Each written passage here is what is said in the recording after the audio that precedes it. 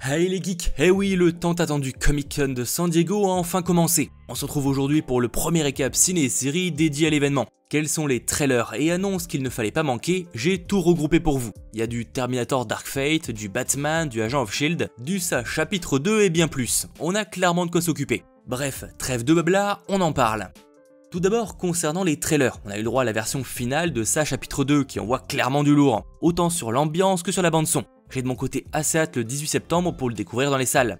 D'ailleurs, en parlant de SA chapitre 2, son réalisateur a il y a peu de temps été évoqué comme se chargeant du film The Flash avec Ezra Miller. Lors d'une interview, il n'a rien nié mais rien confirmé non plus. Il ne peut juste pas en parler, ce qui sent assez bon. En revanche, à Fandango, il laisse aussi sous-entendre qu'il ne serait peut-être pas prêt à enchaîner direct ça avec Flash. De quoi imaginer que le film serait encore repoussé, mais ça, affaire à suivre. Sinon, peu de temps après, s'est dévoilée la première bande-annonce de Jay Silent Bob Reboot.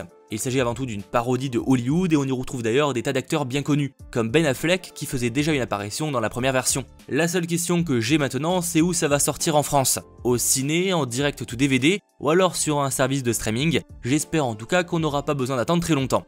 Est sorti aussi publiquement le premier trailer de Cats, film adapté donc de la comédie musicale bien connue. Il s'agit d'un grand classique, c'est vrai, mais il est aussi vrai qu'en live action, ça laisse un sentiment assez étrange de gêne. Je sais pas ce que vous en pensez, mais de voir tous ces acteurs en version chat, ça m'a pas laissé indemne.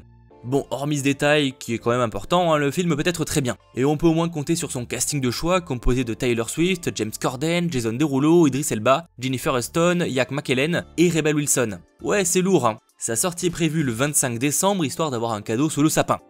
Toujours au niveau trailer, on a cette fois eu le droit à quelque chose de plus consistant concernant la série de HBO sur À la croisée des mondes. Par contre, j'ai pas grand chose à rajouter, mais ça promet assez, d'autant plus que là aussi le casting de choix avec Daphne Keane de Logan, James McAvoy que j'ai plus besoin de présenter, Ruth Wilson de Luther, ou encore Lin-Manuel Miranda. Sorti à l'automne 2019 et chez nous en France sur OCS. Eh oui, va falloir s'y réabonner au moins un temps. J'en oublie pas non plus le trailer de Top Gun Maverick auquel j'ai fait une vidéo découverte déjà dispo sur la chaîne. Ça m'a pas grandement convaincu mais je vais pas m'attarder plus dessus. Et pour terminer, comme chaque année, un premier visuel pour la prochaine saison de Marvel Agent of Shield est sorti. Et justement, le concernant, on a quelques nouvelles infos et surtout confirmations. On a la confirmation ainsi que la saison 7 sera bien la dernière. Ce panel a été notamment l'occasion de faire un adieu et de remercier les fans. En soi, sachant qu'à la base elle aurait dû durer bien moins longtemps, atteindre autant de saisons c'est beau. Et ça montre l'intérêt qu'avaient les fans pour cette dernière. Tous les acteurs ont donc fait leurs remerciements, seul Gabriel Luna qui joue Ghost Rider n'était pas présent. Faut dire que quelques heures avant il était lui aussi sur le relâche, mais pour parler de Terminator Dark Fate.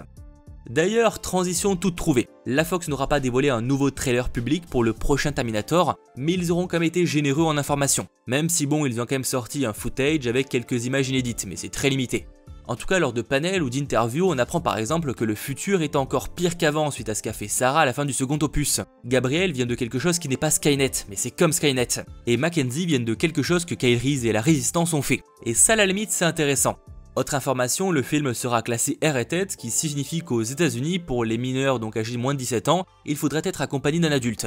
Pour Arnold Schwarzenegger, l'une des raisons qui explique l'échec des derniers films, c'est que le studio a imposé une version PEGI 13, soit tout public. Là, ce sera pas le cas.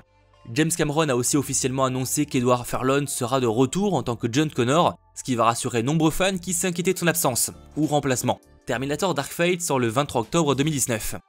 On change totalement de sujet pour plein d'autres actus, sachant que certains ne sont pas issus du Comic-Con, mais bon, je vais quand même les partager, c'est con. Par exemple, il y a un drame qui vient d'avoir lieu sur le tournage de la saison 2 de Titan, dont on espère d'ailleurs un trailer ce week-end. L'un des coordinateurs des effets spéciaux, Warren Appleby, est décédé. Il a été heurté par une pièce d'équipement lors d'un accident de répétition de cascadeur hors caméra. Toutes nos condoléances à ses proches. En parlant de show DC Comics, il est aussi confirmé que l'acteur Jeremy Jordan fera son retour dans la prochaine saison de Supergirl. De mémoire, la dernière fois qu'on l'a vu, il quittait National City pour le futur. Pourquoi revient-il? Ça c'est la question. Niveau Arrowverse, le premier épisode de Batwoman a aussi été diffusé en exclu pour le Comic-Con, et c'est pas rassurant des masses. Alors évidemment il faudra se faire son propre avis, c'est mieux, mais il y a un peu de tout. La majorité souligne un programme moyen, voire même horrible selon certains. Aïe. A l'inverse, les premiers retours sur Pennyworth sont carrément positifs, comparé par certains à une série télé James Bond des années 60 qu'on a toujours voulu. Bref, affaire à suivre, comme je vous le dis, il y a de tout et de rien, des gens qui l'ont adoré, des gens qui l'ont moins aimé, et donc le mieux sera de se faire son propre avis. En revanche, concernant Batwoman, un coup dur pour le Comic-Con, l'actrice Ruby Rose ne sera pas présente pour son panel, elle est occupée à tourner un épisode ambitieux. J'avoue qu'à ce moment-là, je comprends plus trop l'intérêt d'y assister. Sinon, côté film d'animation, beaucoup espèrent encore aujourd'hui une suite à Batman la relève, le retour du Joker. Et ça semble complètement abandonné. Pour tout vous dire, le scénariste Bruce Timm dévoile même ce qu'il prévoyait de raconter à l'époque, et voulait que Catwoman soit le méchant principal dans le deuxième film. C'est elle qui aurait cloné Bruce Wayne pour créer Terry, ça aurait été la grande surprise que personne s'attendait. Mais là du coup on peut oublier. Cependant, pour les fans de Batman la relève, sachez qu'un coffret en édition limitée va ressortir. On y retrouvera l'intégrale en Blu-ray des 52 épisodes, sachant que 41 ont été entièrement remasterisés, et les 11 restants ne le seront pas puisqu'ils étaient apparemment trop vieux. Et en bonus, on aura aussi une petite figurine. Aux US, ça ressort le 15 octobre, pour nous en France, aucune idée. Pour terminer, la version doublée en anglais du trailer de la saison 4 de My Hero Academia a été dévoilée à l'occasion du Comic-Con, je vous mets le lien en description.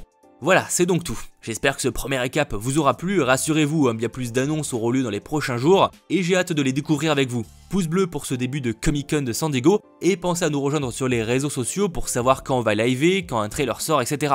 C'était votre geek, Mathéo, ciao tout le monde.